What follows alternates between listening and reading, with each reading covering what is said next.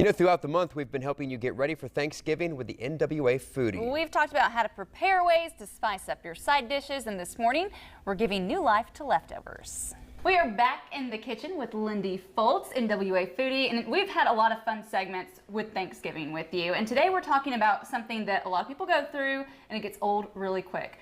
The leftovers from Thanksgiving, but there's actually different ways to spice it up and kind of make it its own dish. The leftovers, you're right. So often it's just like you have this big shapeless bag of, is that green bean casserole or what is that in there? Mashed potatoes? Then you just pile it all on the plate. But it can be pretty good for a while. It can be. But after a while, you're like, I really want something different. I have two different dishes that can have a life of its own.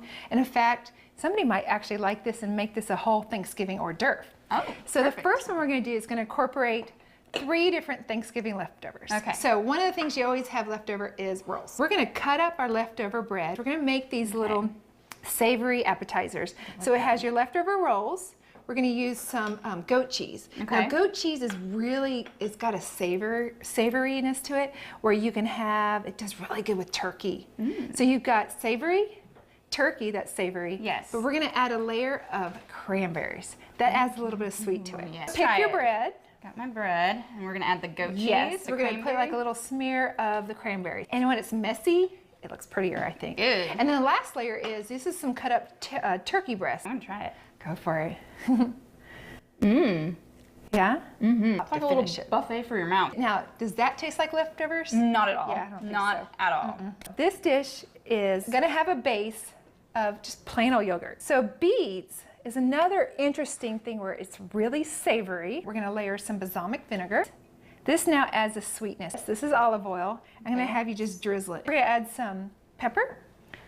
I was a little skeptical with the beets because I'm not big on beets. Yeah. This is really good. It's really good. It's hard to all believe that this came from leftovers. Yes. Well, I'm sure you can find all this stuff on your blog, Yes. NWA Foodie, and we're also going to link that blog to our website at 5newsonline.com. Lindy, it's been so much fun having you here to help us just kind of rethink Thanksgiving this year. Thank you. It's been a pleasure.